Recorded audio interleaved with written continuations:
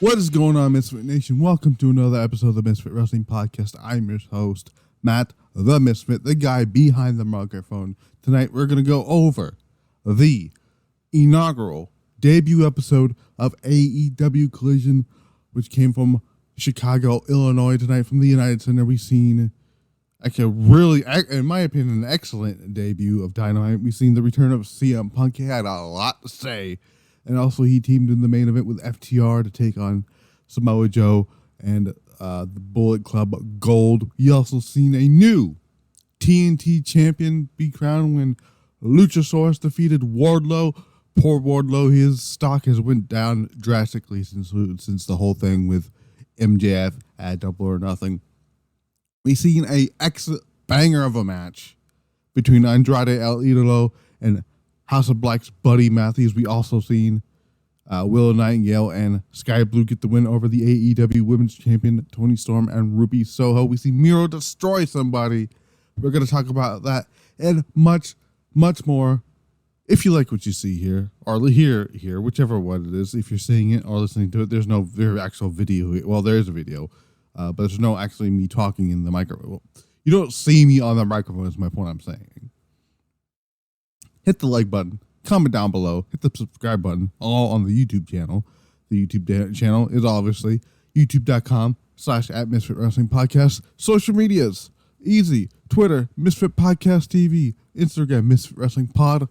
And that's all the other social medias. Now the audio outlets, the stuff not called YouTube. You got Spotify, iHeartRadio, Amazon Music, Google Podcast, Stitcher Radio, or just Stitcher, whatever the hell you want to call it, Audible, and Pandora. Man, what a week it has been for AEW. For at least we had an excellent AEW Dynamite this week. We've seen all that stuff here. If you've seen the stuff on last night, I got the SmackDown review up, which had the incredible closing segment between the Usos turning on the Bloodline, and also the Monday Night review, and also up on the audio outlets is the exclusive show, The Pile Driver Pulse, which is going to be tomorrow. I was going to talk about the CM Punk interview on the show, but I'm like, you know what? I'll save that for the Pile Driver Pulse because there's a lot of other stuff I want to talk about, which is this incredible show of AEW Dynamite, or not AEW Dynamite, AEW Collision. Man, what a show this was! Like, it was very good. I enjoyed it. We had Dasha Gonzalez, or Dasha Fuentes, used to be in WWE. She was the ring announcer for tonight. I don't know if that's going to change next week, but the show actually for commentating outside of the main event was just Kevin Kelly and Nigel McGuinness. JR will just do the main event, it seems like, from what I've understood here. And which is fine by me. I'm okay with that. Kevin Kelly, again, like we said last night on the SmackDown review, he will be available for some collisions. He won't be available for all of them. Like I said, next 4 weeks, he's going to be, I think 4 weeks from now, he's supposed to be going to Japan to do the G1 Climax, because he's going to do that with Chris Carlton and all that stuff here. But again, I love the look and feel of this show. It reminded me of a lot of WCW Monday Nitro. The set looked amazing, looked incredible. I love the idea of having the red ropes. I've always, it was either black ropes or red ropes. I dig both. I wish Raw would go back to the red ropes. I wish SmackDown would go back to the blue ropes, or the black. And I wish WWE would go back to using black ropes for the pay-per-views. But that's just me, neither here or there. The crowd immediately is chanting CM Punk, because out comes their boy CM Punk. He comes out. He just, like, it was a tease of a heel turn. It was almost like a tease of heel CM Punk, which I thought was interesting here.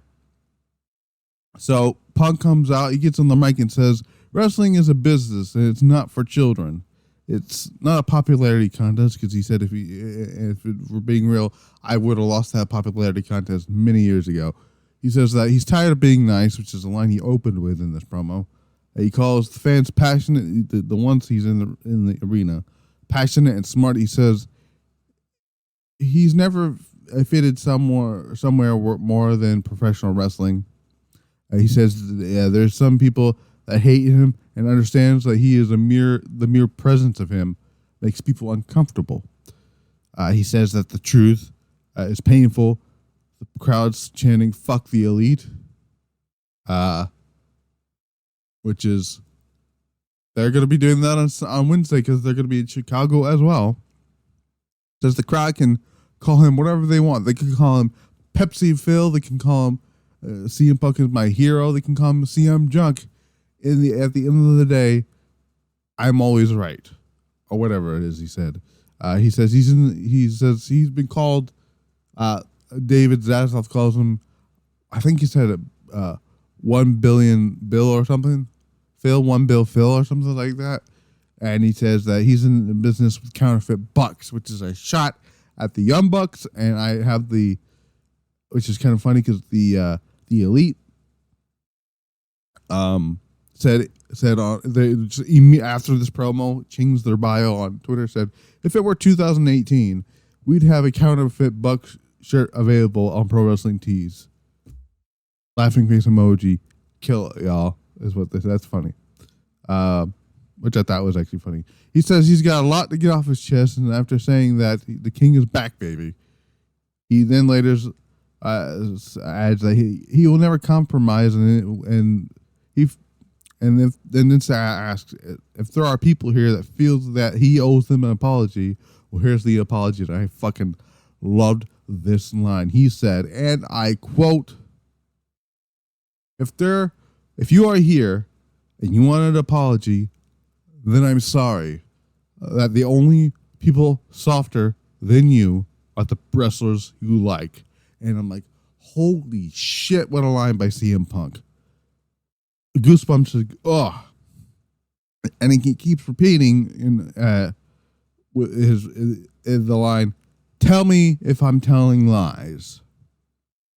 He says that he brought out a bread bag, which I didn't know was in it first, and shoes, and he holds the bag up as it has the AEW Championship, and says that what's in this bag is something that I never lost. He says that I didn't deserve this championship. I earned it. I didn't deserve this.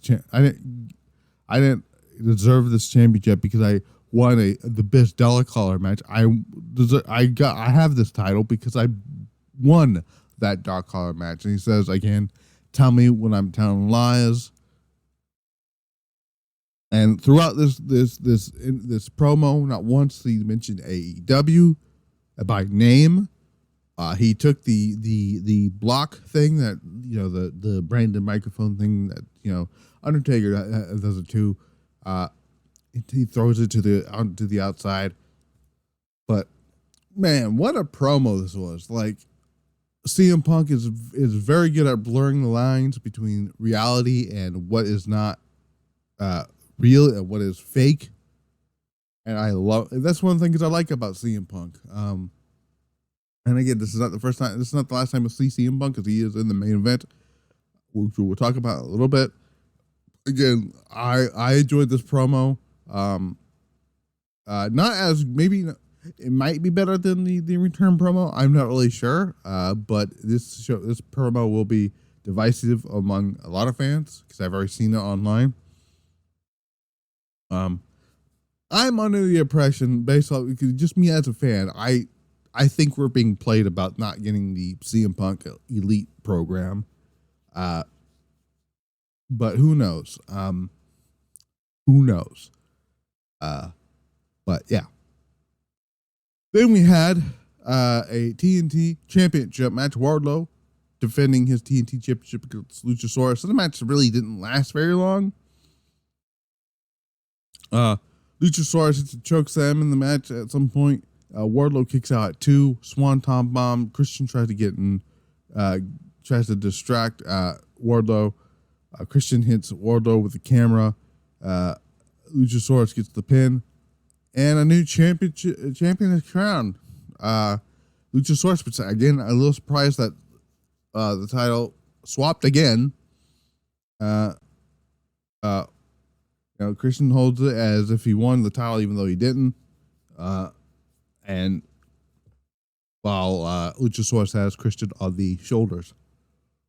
But again, this title run, Wardlow, first of all, Wardlow has been dead in the water, if I'm being completely honest. Everything that happened to him after Double or Nothing last year was a fucking waste of time.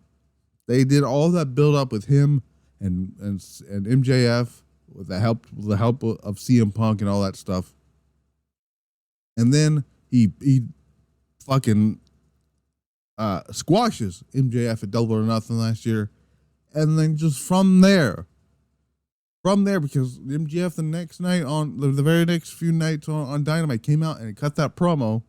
And just from there, Wardlow and his popularity, I don't know if it's popularity, but the booking of Wardlow was at this high and then immediately just kept going down. They tried to do something with Samoa Joe and it still didn't, maybe spiked up a little bit and then went immediately back down. Wardlow to me is done at this point. I don't give a fucking shit about Wardlow anymore. Just at this point, I'm at this point where stop making Wardlow happen. It's not going to happen. I don't want it to happen, and I don't care anymore. So, and enough with this pushing of him trying to beat MJF, because at this point, he doesn't even need to beat MJF. So, but Luchasaurus is your new TNT champion. I think it's hilarious now that Luchasaurus out of the Jungle Express or Jurassic Express has won a championship before, has won a singles title before Jungle Boy did, which is hilarious. Then we go backstage to QT and Powerhouse Hobbs. We found out that Powerhouse Hobbs is going to be one of the many participants in the Owen Hart Cup tournament. It's not the only one we found out about. But yeah. Next up, we got an incredible match, in my opinion. Maybe match of the night. Close second is the main event here. Andrade El Idolo, Buddy Matthews tore it up in Chicago. Matthews comes out first. Andrade follows up with a big reaction to get a welcome back here chance. Kevin Kelly makes the comment of how it's his 2023 debut, whatever that means. The crowd again chants welcome back to Andrade. These two lock it up. I come to find out this is the first televised match between these two. These two have actually had matches prior in NXT on house shows 3 times, but this is their first televised match here. They lock it up, which is this is also hilarious that these two are also dating. Well, one is married and one is dating. Andrade is married to Charlotte, and Buddy Matthews is dating Rhea Ripley, which is kind of funny. It's based on the finish too. I'll show you what I mean. I'll tell you what it means in a second. They lock up. Andrade slaps Matthews across the face. I want to say that. I think that's what happened. Andrade positioned on the ropes. Then Matthews tries to hit him with some nice moves here, but falls to the ground. Andrade does a cartwheel into a moonsault on the outside that hits Buddy Matthews. I'm like, bro, you just coming back here. Stop. Andrade hits an impressive Hurricane Rana. Matthews goes to the timekeeper's area, or where the where the ring bell is, all that stuff here. They get back into the ring. Andrade attempts to go for a pinfall at one point. Buddy Matthews kicks out. Matthews hurts his knee, and the referee goes to talk to him. So they go to a commercial break, and in the side by side, picture to picture, they have the it was planned, but it made it look like both were injured, which I thought was pretty nice here. They go back from break here. Matthews is in the ring while Andrade is on the outside, but comes back in after a bit. Matthews keeps kicking him. Andrade then targets Matthews' left knee. Andrade hits a double moonsault, almost gets the pin. Matthews then hits a beautiful DDT, which I believe was while after Andrade was trying to launch himself, and just gets a DDT in response, which looked very nice. And again, Andrade, like I said, kicked out here. Matthews is on the top rope. Andrade follows him, tries to hit a superplex on him. Matthews then tries to do a power bomb, but his knee gave out. He hits a super kick to Andrade. Matthews goes for knee, goes out again. Andrade hits him with a rolling elbow, which looks like it knocked a tooth out of Buddy Matthews here.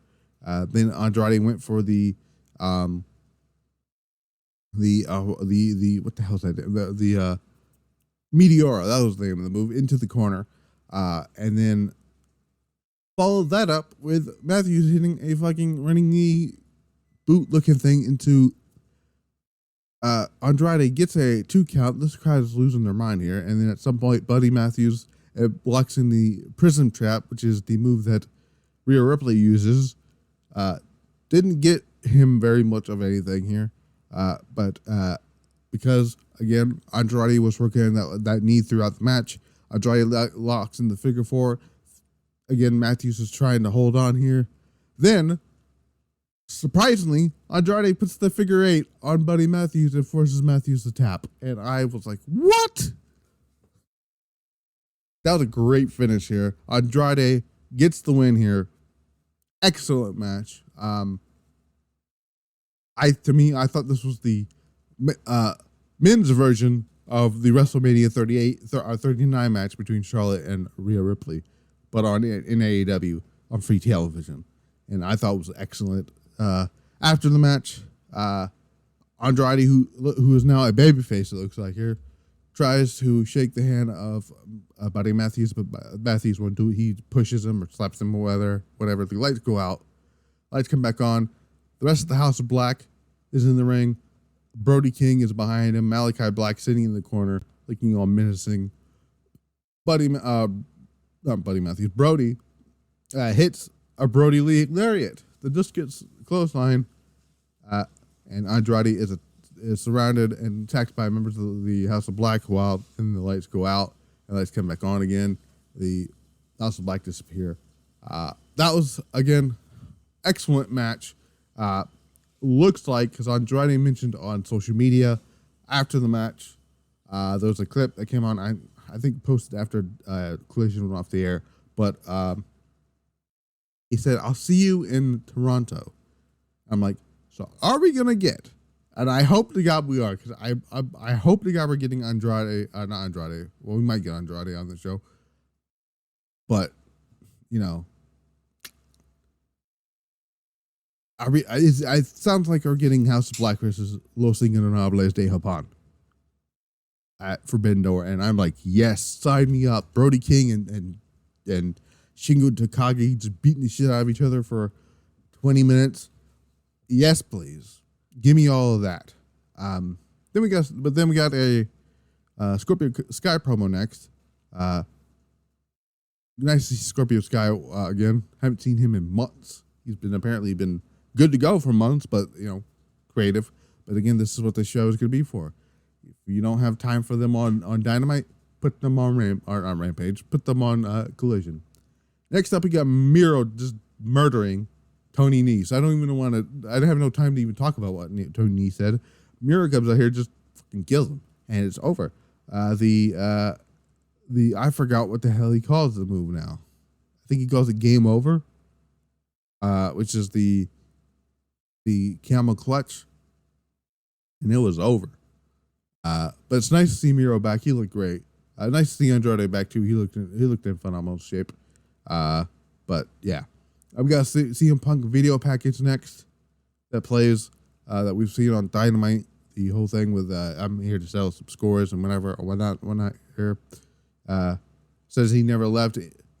He was injured. He shows him training for his in-ring return, which is later in the main event. He says that there are still things he wants to do for him to do. He's going to finish it. Next up, we got AEW Women's Champion Toni Storm and Ruby Soho of the Outcast taking on New Japan Pro Wrestling Strong Women's Champion Willow Nightingale and Skye Blue. This match was alright, fine for what it was. Skye Blue gets the hometown pop. She's from Chicago. Match was fine, but the match ended after Storm tries to spray Skye Blue with the spray can paint. The Willow Nightingale comes in and just tosses it into the crowd. I think so. But Solo gets hit in the eyes with the spray can, and Skye Blue gets the win on Ruby Soho. So they didn't pin Toni Storm. Again, I've noticed this. They're protecting the people they want to push or either have plans for. And I've noticed that a lot here.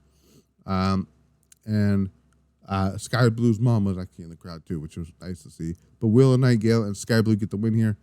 There's a very good chance it's going to be Skye Blue versus Toni Storm at Forbidden Door. I'm at the point where I no longer care. I agree with Sean Ross Sapp. He talked about this earlier today on his Q&A show.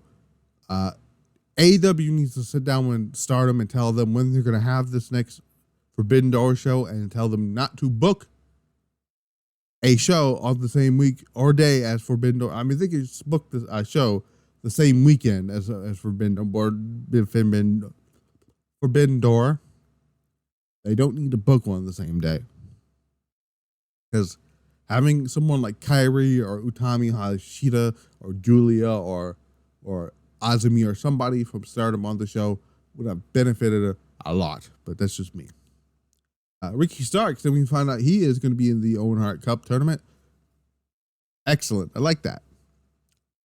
We got a video package from Jeff Jarrett talking about his match with Mark Briscoe. It's going to be a concession stand brawl, whatever the fuck that is. I don't know. Tony Schiavone's in the ring next. This is the first time we see Tony Schiavone on Collision. He introduces the Acclaimed. The Acclaimed do their first ever Collision scissor with Tony Schiavone. I don't remember what the promo was, so I'm not even going to talk much about it here.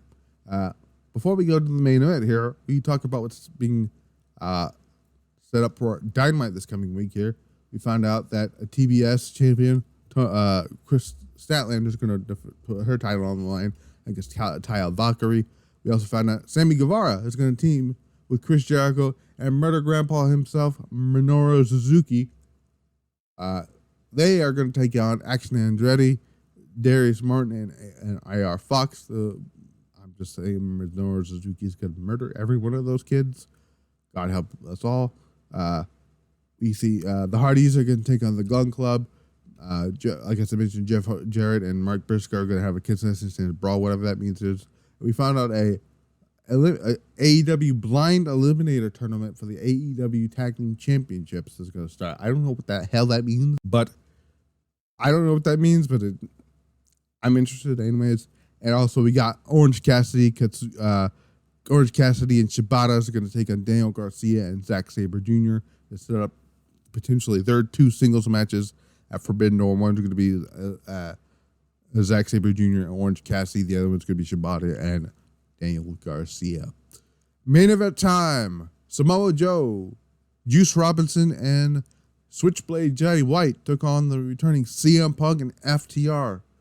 Most of this match was being taken over by FTR, and who Punk was in and out in this match. He didn't do a lot, but what he was in there for, he looked better than when he was last time we saw him wrestle.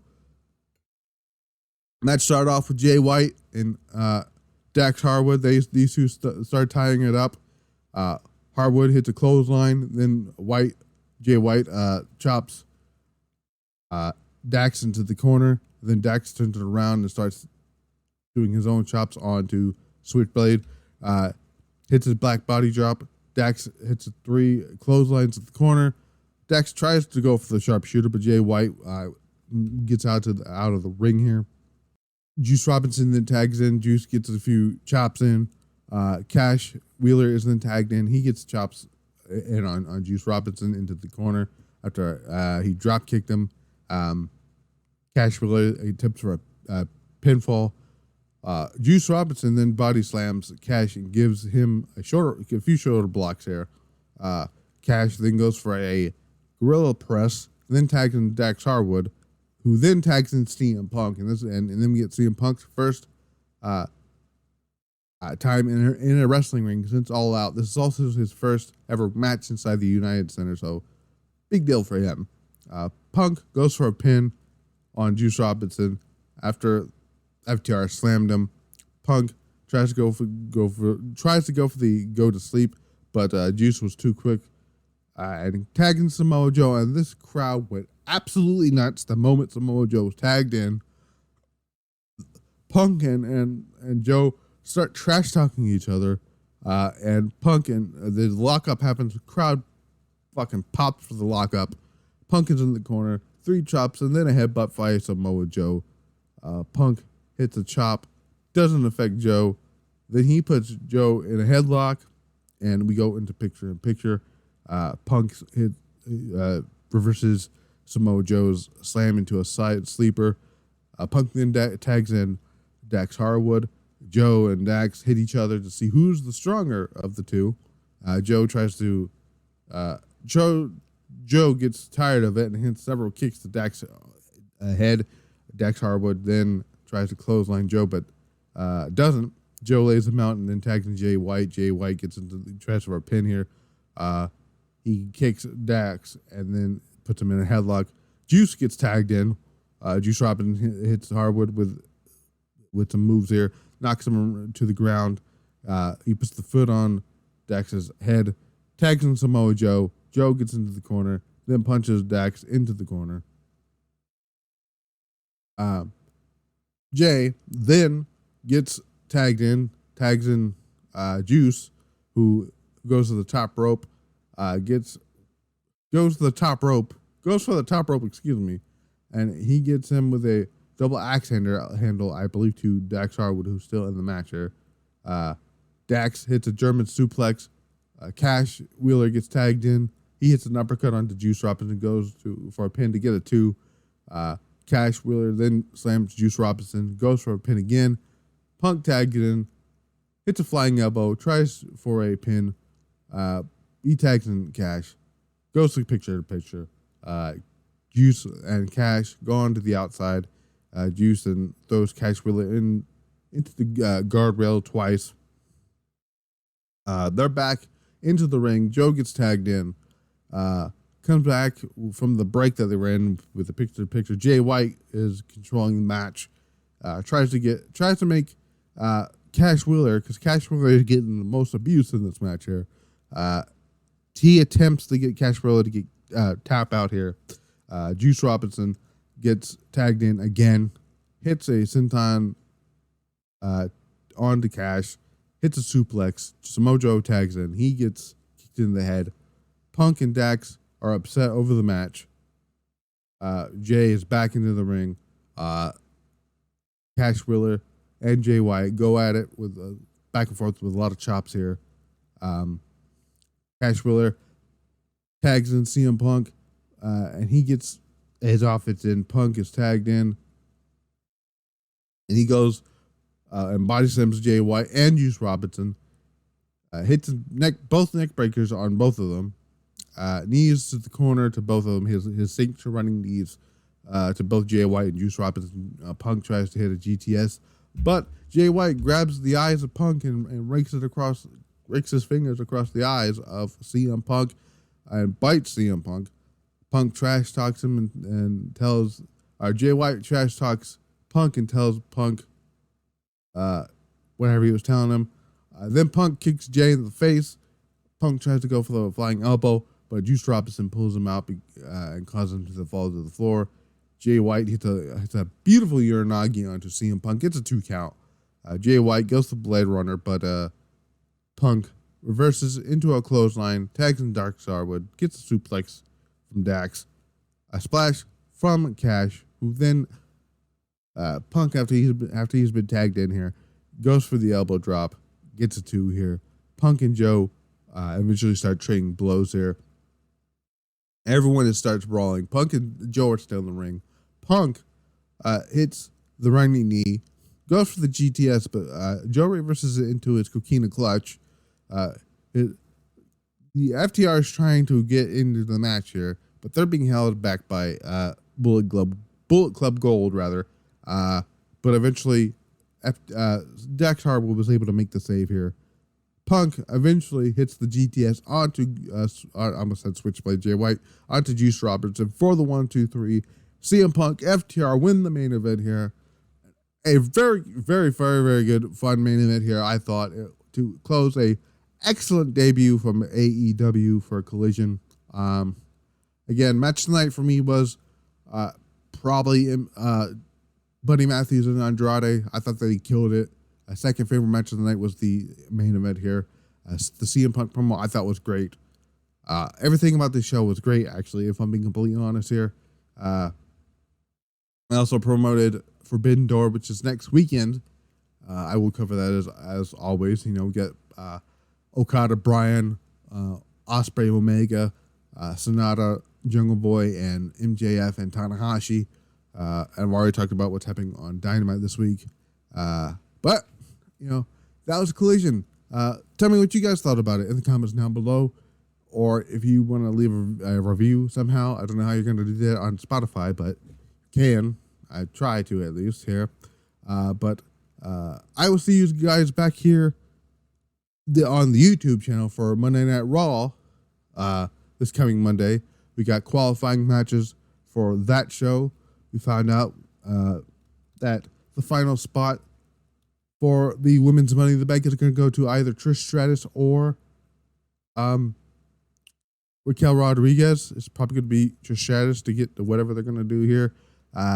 Matt Riddle is going to take on Ludwig Kaiser. And we also found out a rematch from Night of Champions. Rhea Ripley is going to battle Natalia. I don't think it's a title match. I think it's just a non-title match, but I'm not sure. But that's on Monday Night Raw. But for audio listeners, I will see you back here tomorrow for the Pile Driver Pulse, where we're going to go over the CM Punk interview from ESPN. Also, we're going to go over the stuff with not Dynamite. We're going to talk about a bit of news here before I go. Chris Hero was backstage at Collision having a trial run. I'll go over that and much, much more on the Pile Driver Pulse weekly roundup. But until then, I've been Matt the Misfit. This has been the Misfit Wrestling Podcast, and I will see you back here for then. We're out.